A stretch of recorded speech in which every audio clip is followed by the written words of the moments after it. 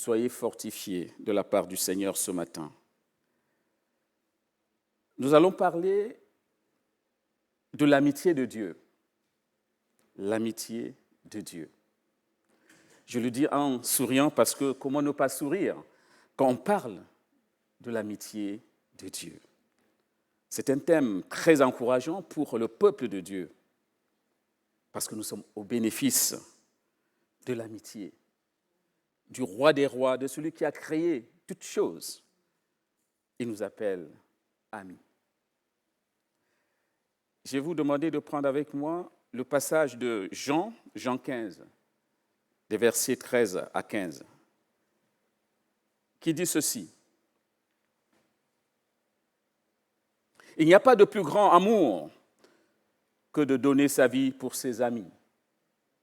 Vous êtes mes amis si vous faites ce que je vous commande. Je ne vous appelle plus serviteur, parce que le serviteur ne sait pas ce que fait son maître, mais je vous ai appelé amis, parce que je vous ai fait connaître tout ce que j'ai appris de mon Père. Je vous ai appelé amis, dit le Seigneur Jésus. Oui, c'est un grand privilège que d'être appelé ami de Dieu. Et c'est un honneur exceptionnel aussi que d'être appelé ami de Dieu. Vous pouvez avoir toutes les richesses, tous les titres, avoir tous les succès du monde, mais cela n'égale en rien l'honneur que nous avons en tant qu'enfants de Dieu, d'être appelés amis de Dieu. Avant d'aller plus loin, qu'est-ce que l'amitié? Qu'est-ce que l'amitié? Je suis parti regarder dans le dictionnaire français et j'ai découvert cette définition qui dit que l'amitié, c'est une relation entre deux entités marquée par des choses essentielles telles qu'un rapport harmonieux entre les deux entités, une entente cordiale, des liens de confiance. Ici, on parlera de la foi que nous avons en notre Dieu, une bienveillance mutuelle, Dieu qui prend soin de nous. Nous avons été bénis par les cantiques qui nous a montré qu'il n'est pas loin, il est là, il nous porte, il nous soutient.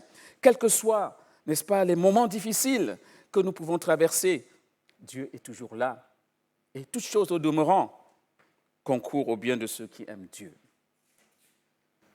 Et l'amitié, donc, sera dénuée de toute inimité, de toute animosité, de toute hostilité, sera dénuée de toute méfiance. C'est la confiance qui règne entre les amis, de toute duplicité, de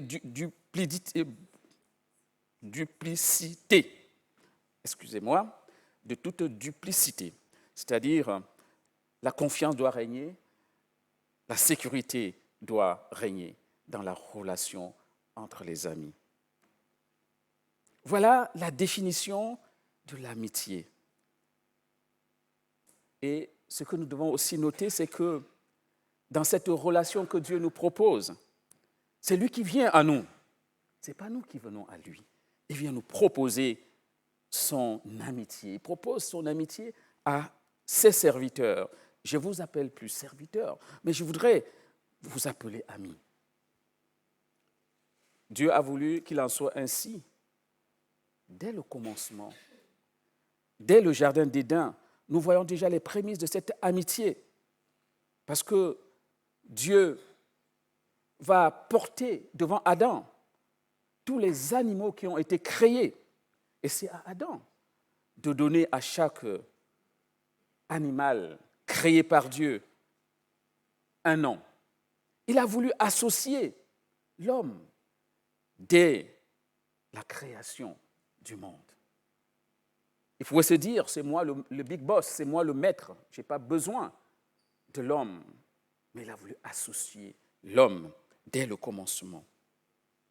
Genèse 2, Le verset 19 dit ceci: L'Éternel, Dieu, forma de la terre tous les animaux des champs et tous les oiseaux du ciel, et il les fit venir vers l'homme pour voir comment il les appellerait, et afin que tout être vivant portât le nom que lui donnerait l'homme. Association de l'homme, main tendue d'amitié du Seigneur dès la fondation du monde. Et nous avons aussi cette scène où le soir, le Seigneur qui venait à la rencontre de l'homme dans le jardin d'Éden. Il venait à la rencontre de l'homme dans le jardin d'Éden. C'était déjà cette relation d'amour, cette relation d'amitié que le Seigneur était en train de tisser avec l'homme. Et par la suite, parlant d'Abraham, c'est toujours Dieu qui va venir vers Abraham. Il va venir proposer son amitié à Abraham. Comme nous montre ici Genèse 12, les versets 1 à 3, qui dit ceci: L'Éternel dit à Abraham: Va-t'en de ton pays, de ta patrie, de la maison de ton père, dans le pays que je te donnerai. Je ferai de toi une grande nation et je te bénirai. Je rendrai ton nom grand et tu seras une source de bénédiction. Je bénirai ceux qui te béniront. Je maudirai ceux qui te maudiront. Et toutes les familles de la terre seront bénies en toi. Le Seigneur vient sceller cette amitié avec Abraham. Il vient le chercher. Il vient le chercher. L'amitié de Dieu va s'exprimer d'abord par cette alliance qu'il veut faire avec son serviteur. Et cette amitié va aussi se manifester par la révélation et les promesses. Alliance avec son serviteur, révélation des promesses. Donc il vient, le Seigneur, tisser une relation durable, une relation forte, pas une relation tout simplement passagère. C'est ce que le Seigneur nous propose. Il nous propose de rentrer dans ce projet de vie avec lui. Et quand nous rentrons dans ce projet de vie, ce n'est pas seulement une partie de notre vie, n'est-ce pas, que nous soumettons à Dieu, c'est la totalité. Parce qu'il est fidèle. Il est notre ami. Il veut nous conduire dans ce projet de vie, qui sont des projets de bénédiction, comme nous avons vu ici Abraham. Il bénit Abraham. Il lui fait des promesses. Oui, ainsi l'amitié de Dieu va s'exprimer par l'alliance qu'il va faire à Abraham. Dans Genèse 15, des versets 7 à 10, il est dit ceci: L'Éternel dit encore, il avait des relations avec cet Abraham, il était son ami. Je suis l'Éternel, je t'ai fait sortir d'Ur de Chaldée pour te donner en possession ce pays. Abraham répondit: Seigneur éternel, à quoi connaîtrai-je que je le posséderai? Et l'Éternel lui dit: Prends une génisse de 3 ans, une chèvre de 3 ans, un bélier de 3 ans, une tourterelle et une jeune colombe. Abraham prit tous ces animaux, les coupa par le milieu et mit chaque morceau l'un vis-à-vis de l'autre. Mais il ne partagea pas les oiseaux. Et un peu plus loin, dans Genèse 15, des versets 17 et 18, on va voir comment Dieu va faire alliance avec Abraham, son ami. Quand le soleil fut couché, il y eut une obscurité profonde, et voici ce fut une fournaise fumante, et des flammes passèrent entre les animaux partagés. En ce jour-là, l'Éternel fit alliance avec Abraham et dit, je donnerai ce pays à ta postérité depuis le fleuve d'Égypte jusqu'au grand fleuve, au fleuve d'Euphrate. Voilà comment se manifeste ici l'amitié de Dieu, qui n'est pas une amitié, comme je l'ai dit, superficielle, elle est profonde, elle est scellée par le Créateur. Oui, comme je venais de dire, l'amitié aussi se manifeste par cette révélation que le Seigneur fait à son serviteur. Parce que ce qui caractérise l'amitié, ce sont des échanges. Le Seigneur veut partager ses intentions avec son serviteur, avec son ami. Il veut partager ses projets avec nous. Dans Genèse 16, verset 17, il est dit ceci. C'est le Seigneur qui se parle à lui-même. Cacherai-je à Abraham ce que je vais faire? Vous savez, cette histoire quand le Seigneur va décider de détruire Sodome et Gomorrhe à cause de leur péché. Il va passer chez Abraham et pendant qu'il était en train de se séparer d'Abraham, il va donc prononcer cette phrase. Cacherai-je à Abraham ce que je vais faire?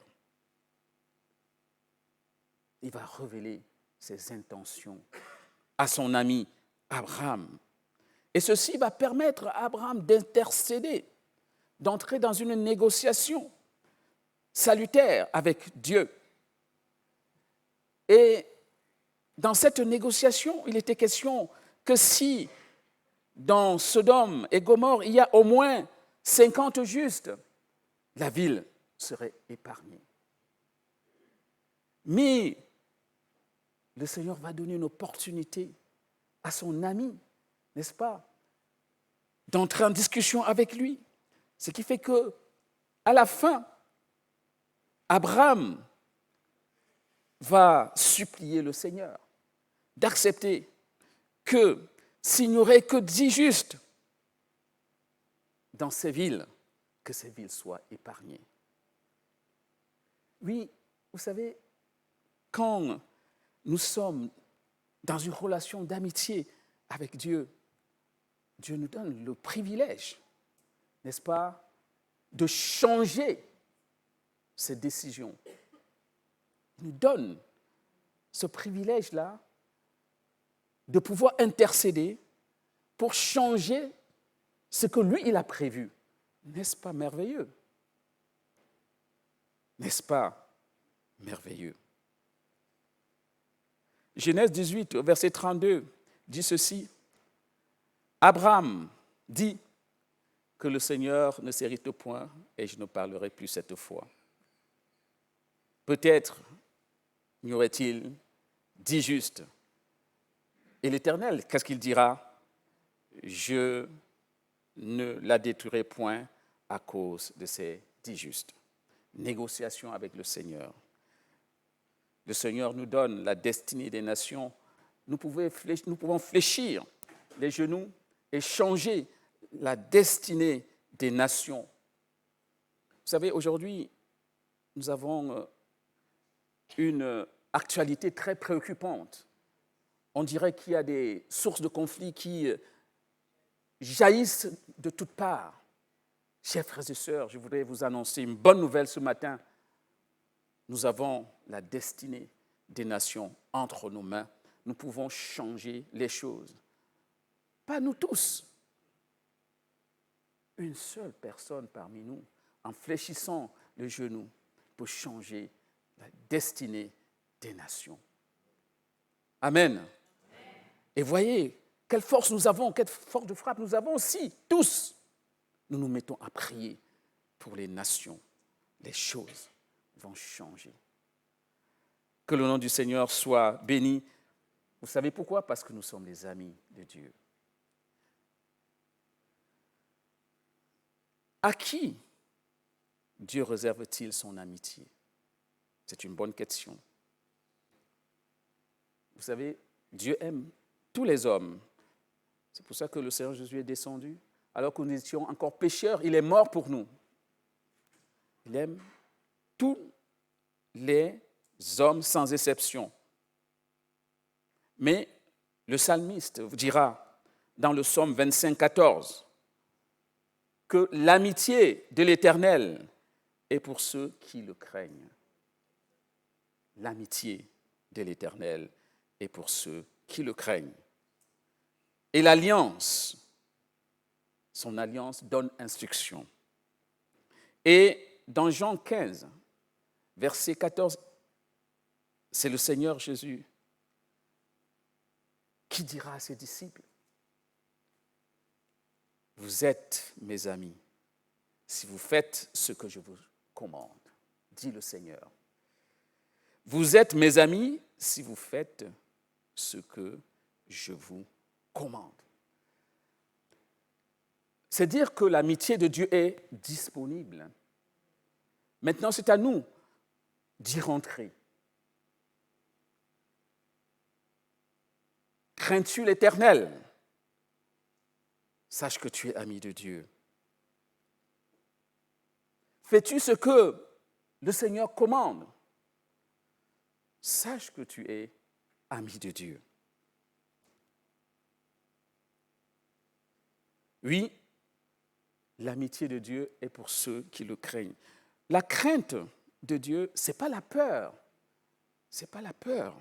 Cette crainte-là veut dire qu'on honore Dieu. On l'honore dans nos actes. On l'honore dans nos paroles. On l'honore dans nos pensées. On l'honore dans nos attitudes. On l'honore dans nos choix, dans nos décisions. On respecte ce qui est sacré. Vous savez, le monde aujourd'hui ne respecte plus ce qui est sacré. Oui, l'ami de Dieu respecte ce qui est sacré. Et c'est avec révérence, n'est-ce pas, qu'il rentre en relation avec l'Éternel des armées. Parce qu'il est grand, il est tout-puissant, il est redoutable, notre Dieu. Et l'amitié de Dieu aussi, c'est pour ceux qui marchent dans l'intégrité devant Dieu. Ceux qui font ce que Dieu leur demande.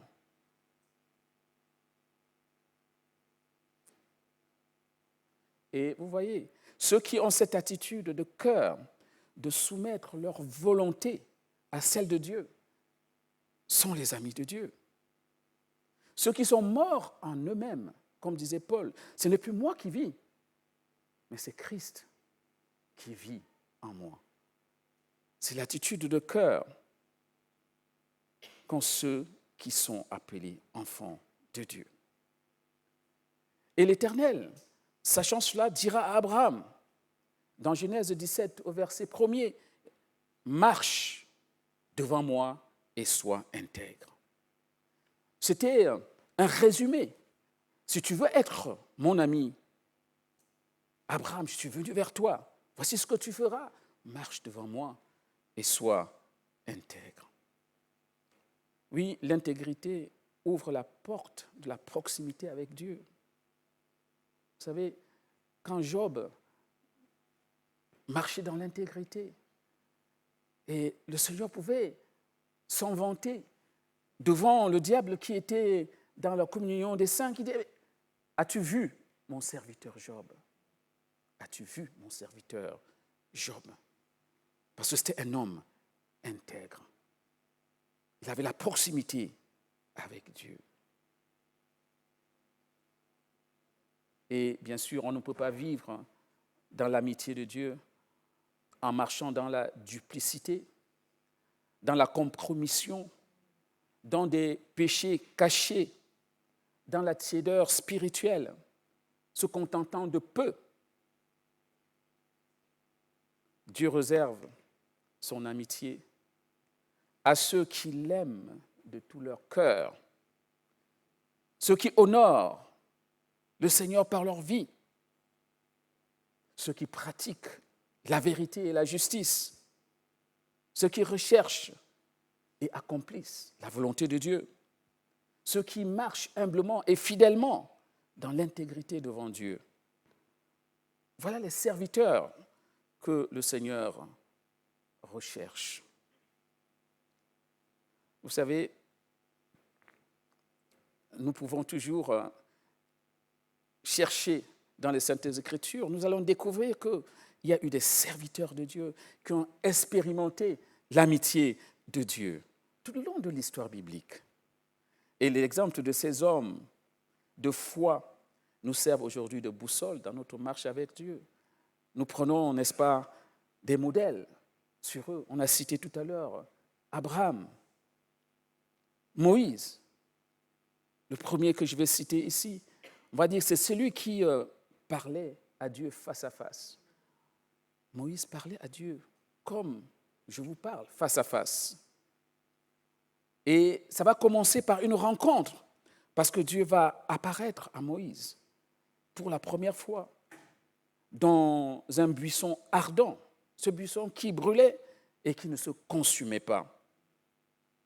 Dieu va révéler à Moïse ses préoccupations. Vous savez, Dieu a souvent des préoccupations qui nous révèlent.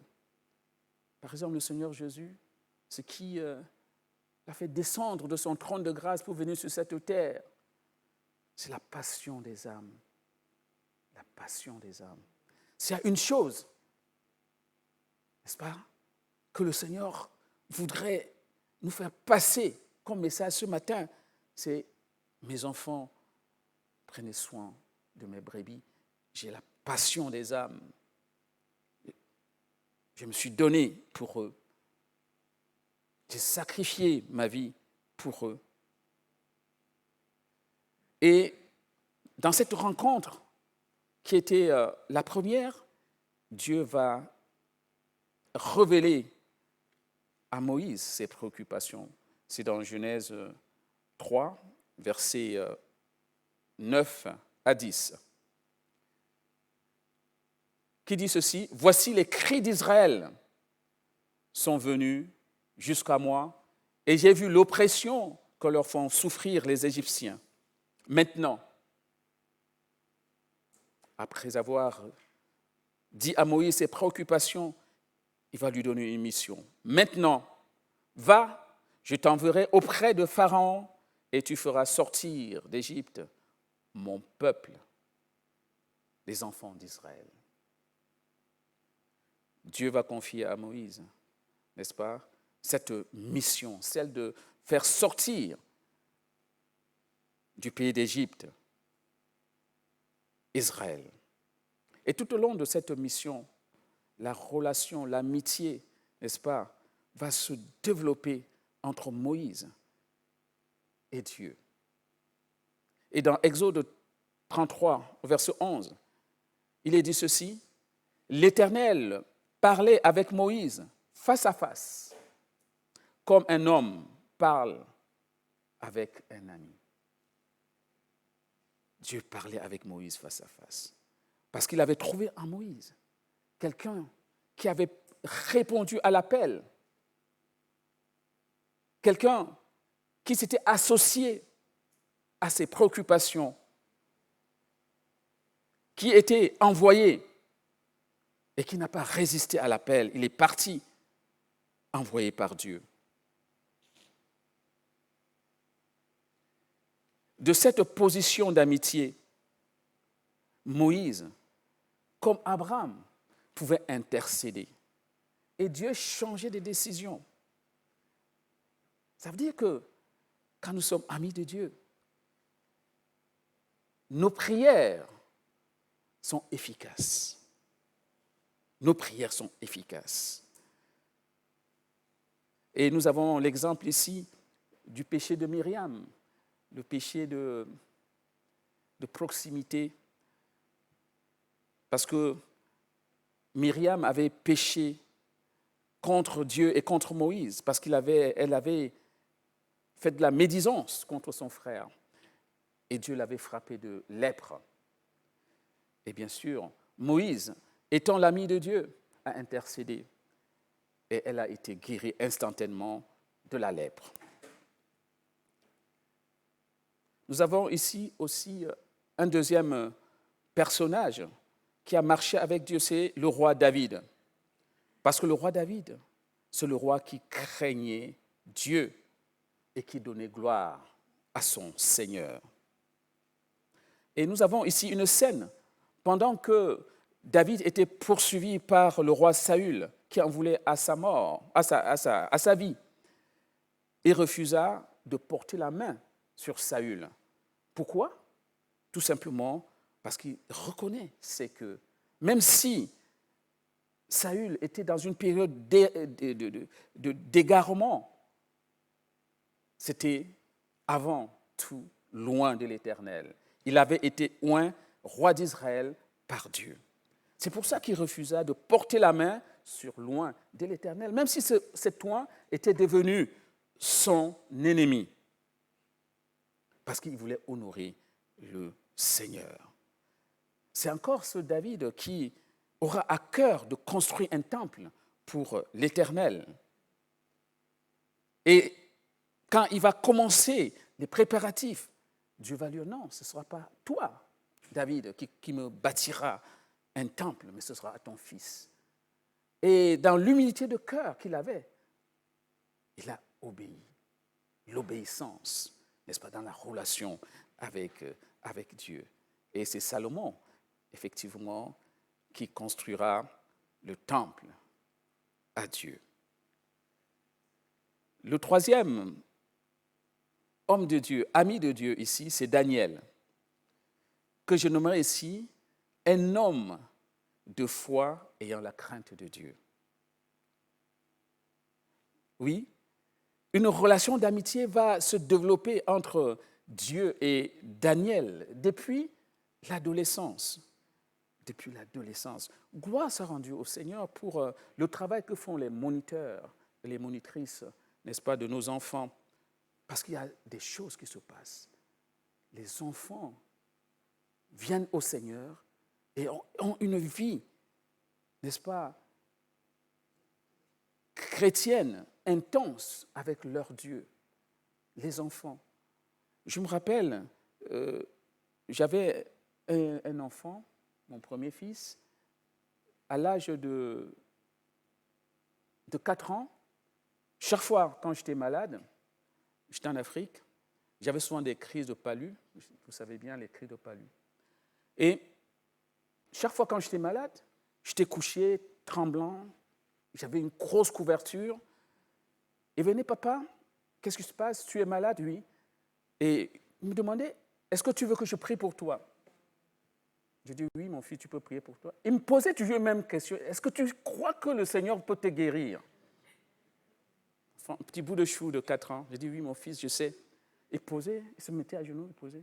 Et quand il disait Amen, la fièvre était tombée. Chaque fois. Donc, les enfants, merci pour le travail merveilleux que font les moniteurs et les monitrices d'enfants. Donc, Daniel, c'était un adolescent qui était pétri des choses de Dieu. Et bien sûr, Dieu va bâtir sa vie, il va bâtir une relation d'amitié avec Daniel. Et ça va se refléter puisque au cours des épreuves de sa vie, il va se retrouver avec ses compagnons jetés dans la fosse aux lions. Mais le Seigneur va les en délivrer. Il va se retrouver jeté dans une fournaise ardente. Et le Seigneur va les en délivrer. C'est ce que le Seigneur fait, il délivre ses amis des situations les plus complexes, les plus compliquées. Nous avons parlé ici d'Abraham. On ne va pas revenir là-dessus. Mais Jacques,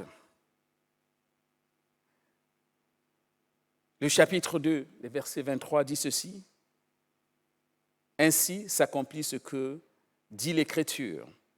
Abraham crut à Dieu et cela lui fut imputé à justice et il fut appelé ami de Dieu.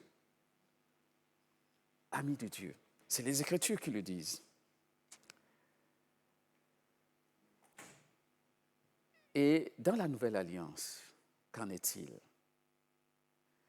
J'ai parlé tout à l'heure que l'amitié de Dieu impliquait deux choses, l'alliance et la révélation. Et si dans la nouvelle alliance, l'œuvre de la croix a été une démarche d'amour, certes, mais aussi une démarche d'amitié. Pourquoi? Parce que le Seigneur Jésus va déclarer qu'il n'y a pas de plus grand amour que de donner sa vie pour ses serviteurs. Non, il a dit pour ses amis. Parce que nous sommes les amis de Dieu. Il donne sa vie pour ses amis.